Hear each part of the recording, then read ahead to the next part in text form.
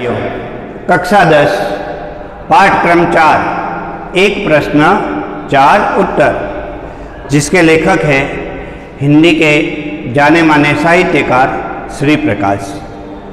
तो आइए इस पाठ की संपूर्ण जानकारी हम प्राप्त करते हैं। विद्यार्थियों, जैसे कि मैंने आपको कहा, लेखक श्री प्रकाश, उन्होंने इस पाठ में हमारे देश की महत्वपूर्ण बात बताई है। हमारे देश का जो विकास नहीं हो पा रहा है उससे लेखक चिंतित लगते हैं और वे कई लोगों से यह प्रश्न करते हैं कि आखिर हमारा देश उतनी उन्नति क्यों नहीं कर पा रहा, उतना विकास क्यों नहीं कर पा रहा। विद्यार्थी भाइयों, वह निष्पक्ष जांच करना चाहते हैं इस प्रश्न की कि हमारा देश आखिर इतना महान होते हुए, महान व्यक्तियों ने इस धरती के ऊपर जन्म लिया है और इस धरती को पवित्र पावन किया है, लेकिन वर्तमान समय में हमारे देश भारत की अधोगति हो गई है, प्रगति नहीं हो पा रही, उन्नति नहीं हो पा रही। जैसा कि मैंने कहा, लेखक हिंदी साहित्य के जाने माने साहित्यकार है। उन्होंने अपनी लेखनी के द्वारा राष्ट्रभक्ति संपादित की है। राष्ट्रभक्ति, सांस्कृतिक उत्थान, सामाजिक उत्थान एवं समसामयिक समस्याओं पर श्री प्रकाश ने ध्यान दिया है, ध्यान केंद्रित किया है। उनकी भाषा सरल एवं सहज है। उन्होंने निबंध, लेख, संस्मरण, जीवनी पर भी अपनी कलम चलाई है। छोटी छोटी बातों पर गहन चिंतन उनके साहित्य में देखने को मिलता है। उन्होंने हमारे देश का विकास क्यों नहीं हो रहा, इसके लिए अद्भुत संशोधन करना चाहा।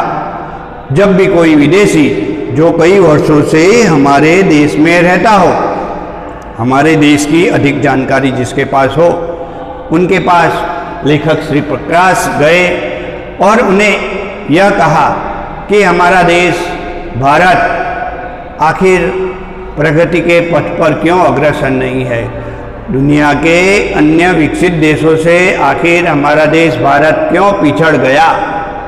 तो विद्यार्थी भाइयों, लेखक क्या कहते हैं देखते हैं। आइए आप अपनी टेक्स्ट बुक ओपन कीजिए और पाठ के महत्वपूर्ण लेख, पाठ के महत्वपूर्ण बोल आप उनमें ध्यान दीजिए। सबको कुछ न कुछ बात का खप्त होता है। खप्त यानी धुन। हर एक व्यक्ति को धुन सवार होती है, बस चलते रहते हैं, धुन में सवार होते हैं।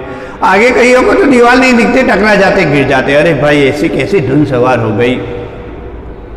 जैसी जैसी जिसकी सोच, कहते हैं जैसी जिसकी सोच। लेखक की सोच बड़ी उम्दा है और उनकी सोच देश के बारे में है। मुझे भी कई बातों का खप्त है। उनमें यह एक है कि जब मैं किसी विदेशी से मिलता हूँ और मेरी मित्रता उनसे हो जाती है और मैं उन्हें अपने हृदय के करीब पाता हूँ, अर्थात सहृदय पाता हूँ। सहृदय अर्थात हृदय के करीब, दयालु और कोमलचित उसे कहा जा सकता है। तो लेखक उनसे एक ही सवाल पूछते हैं और वह सवाल है कि आखिर हमारे देश भारत का विकास क्यों नहीं हो पा रहा। लेखक उनसे पूछते हैं कि आप कई वर्षों से हमारे देश में रहते हो। तो विदेशी कहते हैं कि आखिर आपके देश में भी कई विशेष व्यक्ति है, आप उनसे पूछिए। तो लेखक कहते हैं कि पक्षपात न हो, इसलिए मैं यह प्रश्न आपको पूछता हूँ। विद्यार्थियों, आपने देखा होगा कि इंटरनेशनल क्रिकेट, खास करके भारत के लोग क्रिकेट में अधिक दिलचस्पी रखते हैं। तो जो इंटरनेशनल क्रिकेट मैच होते हैं उनमें जो अंपायर होता है किसी तीसरे देश का होता है। जैसे कि भारत और श्रीलंका का मैच चल रहा हो तो अंपायर भारत और श्रीलंका का न होकर किसी तीसरे देश का होगा, क्योंकि वह तटस्थ निर्णय दे सके, उसके निर्णय पर सवाल न उठाया जा सके। लेखक भी यहाँ इसीलिए विदेशियों को कहते हैं कि आप विदेशी हैं किंतु कई वर्षों से हमारे देश भारत में रहते हैं, तो आप अच्छी तरह से और सही बता सकेंगे। आप बताइए। वो यह भी कहते हैं कि हमारे देश में कई विशेष पुरुष भी हुए हैं, कई विशेष आंदोलन भी हुए हैं, फिर भी हमारा देश उन्नति नहीं कर पा रहा। कई विशेष लोग हमारे देश में रहे हैं, आंदोलन भी कई हुए हैं, आंदोलन के बाद कई नेता भी प्रकट हुए हैं और उन लोगों ने हमारे देश की सेवा भी की है, लेकिन यदा कदा यह दृश्य देखने को मिलता है, देश का विकास अल्प हो रहा है। अब विद्यार्थी भाइयों, 4 अलग अलग विदेशियों से लेखक ने प्रश्न किए, 4 अलग अलग उत्तर मिले। उनमें से पहला उत्तर है, किसी विदेशी ने यह उत्तर दिया है, तुम लोग अपने काम पर गर्व नहीं लेते। दूसरे विदेशी ने लेखक को जवाब दिया, तुम लोग जिम्मेदारी नहीं समझते। प्रथम विदेशी जो है वो 36 वर्ष से भारत में रहता था, दूसरा विदेशी 30 वर्ष से भारत में रहता था, तीसरा विदेशी जो है वह एक स्त्री है जो 6-7 वर्षों से भारत में रह रही है। उसने कहा तुम लोग बड़े आलसी हो। और चौथे विदेशी ने, जो वृद्धा स्त्री है, 40 वर्ष से भारत में रह रही है। कितने वर्षों से विद्यार्थियों? 40 वर्षों से। उसने उत्तर दिया था, तुम लोगों में उदारता नहीं है।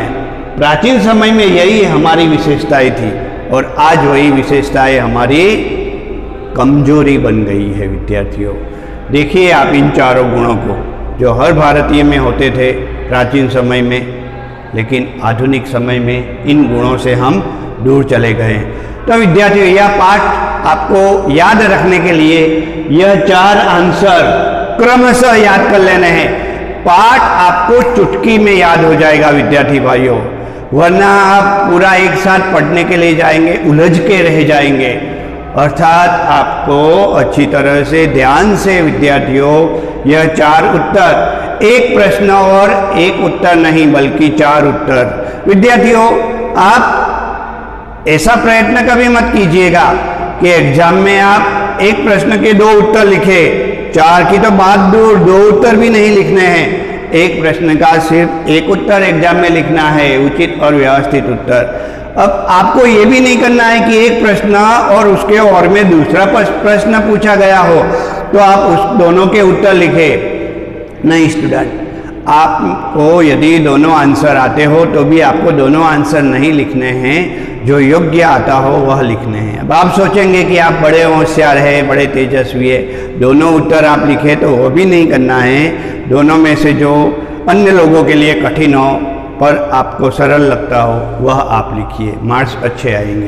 तो यह हुई परीक्षा की बात। और अब हम लेखक श्री प्रकाश ने 4 विदेशियों की परीक्षा ली। उन्हें कहा कि आप बताइए हमारा देश का विकास क्यों नहीं हो रहा है। तो उसमें आप देखिए विद्यार्थी भाइयों, प्रथम विदेशी ने क्या उत्तर दिया, मेरे पहले मित्र वृद्ध ईसाई पादरी है। तो विद्यार्थियों, यहाँ महत्वपूर्ण पहला मित्र है, पहला मित्र वृद्ध ईसाई पादरी है, जो 36 वर्षों से भारत में रह रहे हैं। कितने वर्षों से विद्यार्थियों? 36 वर्षों से भारत में हैं। 36 वर्षों से भारत में हैं। तो विद्यार्थियों, अब आप कहेंगे पादरी यानी क्या? शब्द समूह के लिए एक एग्जाम में प्रश्न आता है, शब्द समूह के लिए एक शब्द दीजिए। ईसाई धर्म का पुरोहित अर्थात पादरी। तो विद्यार्थी हम देखेंगे पादरी अर्थात ईसाई धर्म का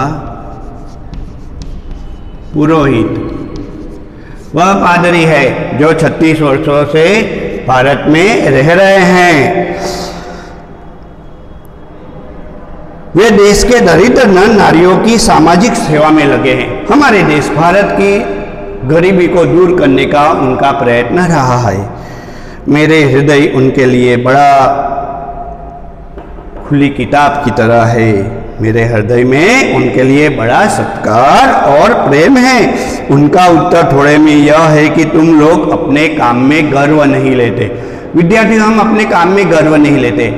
यानी हम काम की शुरुआत तो अच्छी तरह से करते हैं, लेकिन बाद में सने सने हम कमजोर होते जाते हैं। वे विस्तार से कहते हैं, यहाँ पर जब किसी को कोई नौकरी चाहिए तो वह अतिशयोक्ति पूर्ण शब्दों में दरखास्त देता है। हमारे देश में यदि किसी को नौकरी चाहिए विद्यार्थियों, तो वह अतिशयोक्ति पूर्ण शब्दों में दरखास्त देगा।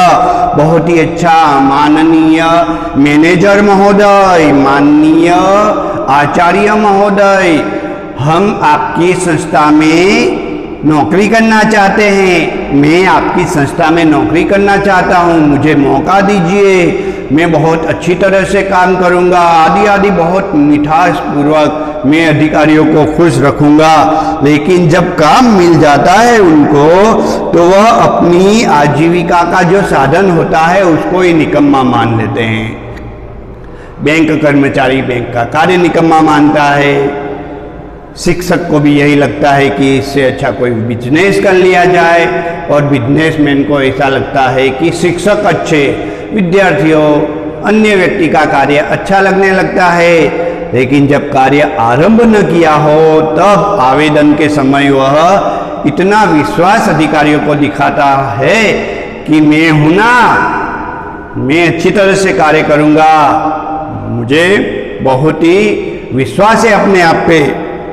अन्य साथियों को मिलकर, जो अन्य कर्मचारी होते हैं उन साथियों से मिलकर वह काम बिगाड़ने के लिए, काम खराब करने के लिए षड्यंत्र करने लगता है और मालिक के नाकों में दम कर डालता है। अन्य देशों में भी लोग नौकरी करते हैं, नौकरी के लिए आवेदन करते हैं, लेकिन एकदम सामान्य शब्दों में वह आवेदन करते हैं। जब उनको नौकरी मिल जाती है तो इस प्रकार कार्य करते हैं कि यदि वो कार्य नहीं करेंगे तो कंपनी का कार्य ही रुक जाएगा। ऐसा समझते हैं कि मैं एक अच्छा कर्मचारी हूँ, मुझे अच्छे से अच्छा कार्य करना चाहिए। तो यह फर्क आ गया है हमारे देश में और विदेश में। विद्यार्थी विदेशी ने जो 36 वर्ष से भारत की सेवा कर रहे थे, भारत के दरिद्र नारायणों की भी सेवा कर रहे थे, इसलिए उसने ऐसा काम कहा।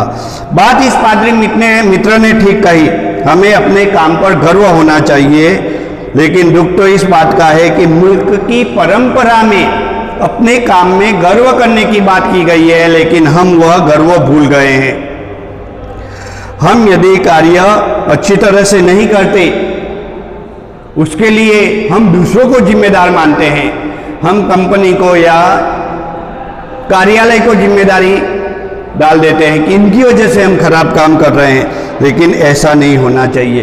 प्राचीन समय में हमारे भारतीय लोगों को, हर एक व्यक्ति को, विद्यार्थियों, अपने कार्य पर गर्व था। जैसे कि बढ़ई को अपने औजारों और दुकानदार को अपनी बहियों की निश्चित समय पर पूजा करते थे। विद्यार्थियों, दीपावली पूजन, लक्ष्मी पूजन देखिए, हर एक वर्ग का व्यक्ति अपनी आजीविका की पूजा करता था, और आज वह परंपरा टूट गई है। आज हम अपनी असफलता का दोष दूसरों को देने लग गए हैं। कोई काम हम ठीक से नहीं करते, खराब काम कर देते हैं। स्वधर्म निधनम श्रेय, अपना धर्म या कर्तव्य करते हुए, अपना धर्म का कर्तव्य करते हुए मर जाना ही श्रेय है। यह आदेश को हम भूल गए, जो भारतीय परंपरा का आदेश था वह हम भूल गए हैं। तो विद्यार्थियों, प्रथम प्रश्न आपने अच्छी तरह से देखा कि हम अपने काम पर गर्व नहीं लेते और काम बिगाड़ने में लगे हुए रहते हैं। तो विद्यार्थियों, यह हमने देखा। अब दूसरा देखते हैं। एक विदेशी मित्र, वृद्ध सरकारी कर्मचारी, द्वितीय वृद्ध सरकारी कर्मचारी, उन्होंने क्या कहा विद्यार्थियों देखिए। तो उन्होंने कहा, तुम लोग अपनी जिम्मेदारी नहीं समझते, तुम लोग जिम्मेदारी नहीं समझते, जिम्मेदारी नहीं समझते।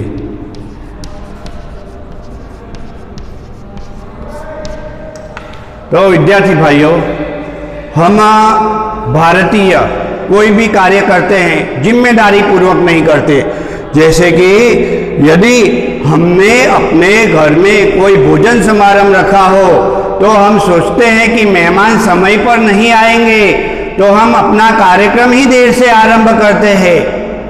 और मेहमान भी यही समझते हैं, आने वाले जो भी अतिथि वह समझते हैं कि अभी तक मेजबान ने भोजन की कोई व्यवस्था नहीं की होगी, कार्यक्रम शाम को 6 से 8 बजे आरंभ होने वाला हो तो मेहमान ही 8 बजे आना आरंभ होते हैं। अर्थात दोनों तरफ से किसी भी व्यक्ति की कोई जिम्मेदारी नहीं दिखाई देती। यदि आपने कपड़े प्रेस करने के लिए दिए हो तो प्रेस करने वाला यह सोचता है कि जिस व्यक्ति ने यह कपड़े दिए हैं वह समयसर पैसा ही नहीं देता है, तो हम कपड़े प्रेस करके समयसर क्यों दे, शांति से देंगे। इसलिए वह भी समय और वक्त पर काम नहीं करता।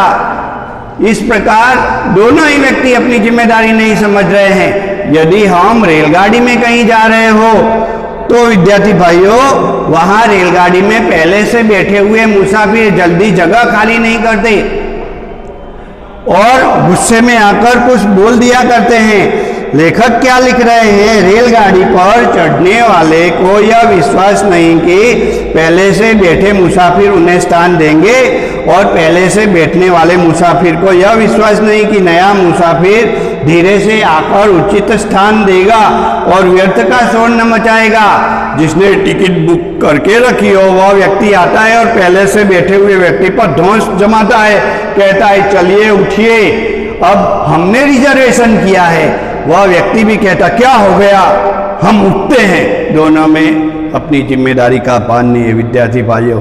इसलिए वृद्ध ईसाई कर्मचारी वह कह रहे हैं कि तुम लोग जिम्मेदारी नहीं समझते। आज विद्यार्थियों, इस वीडियो में हमने लेखक श्री प्रकाश के 2 प्रश्नों के उत्तर दिए, जैसे कि तुम लोग अपने काम पर गर्व नहीं लेते, तुम लोग जिम्मेदारी नहीं समझते। आगे का पाठ और आगे का अन्य वीडियो लेकर मैं आपके समक्ष उपस्थित होऊंगा। जय स्वामीनारायण।